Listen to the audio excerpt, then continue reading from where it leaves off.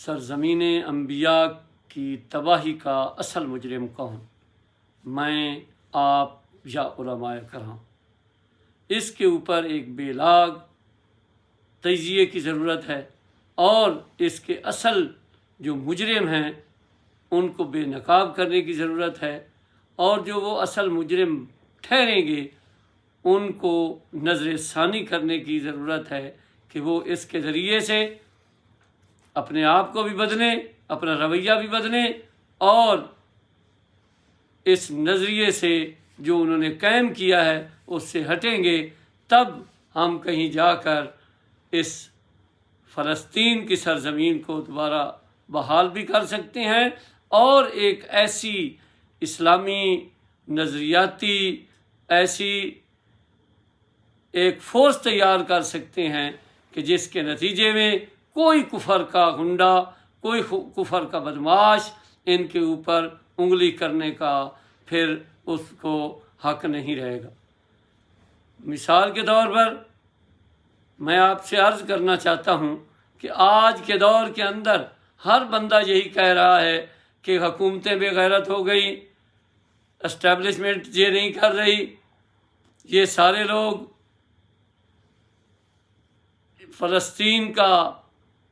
ان کے مجاہدین کا ساتھ نہیں دے رہے، اسرائیل کو لگام نہیں دے رہے۔ تو یہ ان کو جو حکمران آئے ہیں ان کو پاور میں کون لے آیا؟ عام عوام لے آئی ہے؟ عام عوام بھی نہیں لے کر آئے۔ یہ ہمارے علماء کرام جنہوں نے یہ ایک نظریہ قائم کر دیا تھا کہ اسلام کا تعلق سیاست سے نہیں ہے اور مسجد میں سیاست کی بات نہیں ہوگی، اب جب یہ باتیں آپ کرتے رہے ہیں تو آج پھر کیوں کہتے ہیں کہ شہباز شریف صاحب، طیب اردوان صاحب، یہ فلاں صاحب ان کو چاہیے کہ وہ فلسطین کے مقابلے میں اسرائیل کا شدید اس کو منہ توڑ جواب دیں، تو ان کے پاس آپ کیوں جاتے ہیں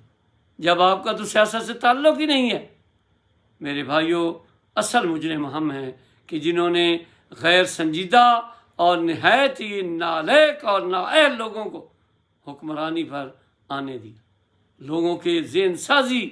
اس طریقے سے نہیں کی جس طریقے سے ہمیں کرنی چاہیے تھی۔ ہم نے ہر اس بندے کو جو رسہ گیر تھا، جو علاقے کا غنڈہ اور بدمعاش تھا، اس کو ہم نے ووٹ دیے، اس کو ہم نے پاور دی، اس کو ہم نے حکومت کے ایوانوں پہ بٹھایا، تو ظاہر ہے جو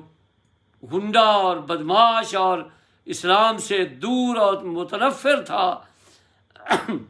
اسلامی نظام زندگی سے جب ہم نے اس کو پاور دی تو اس کے نتائج یہی نکلے اور نکلنے تھے اور نکل رہے ہیں جو آج ہم بھگت رہے ہیں۔ اگر آج بھی ہم نہ سمجھے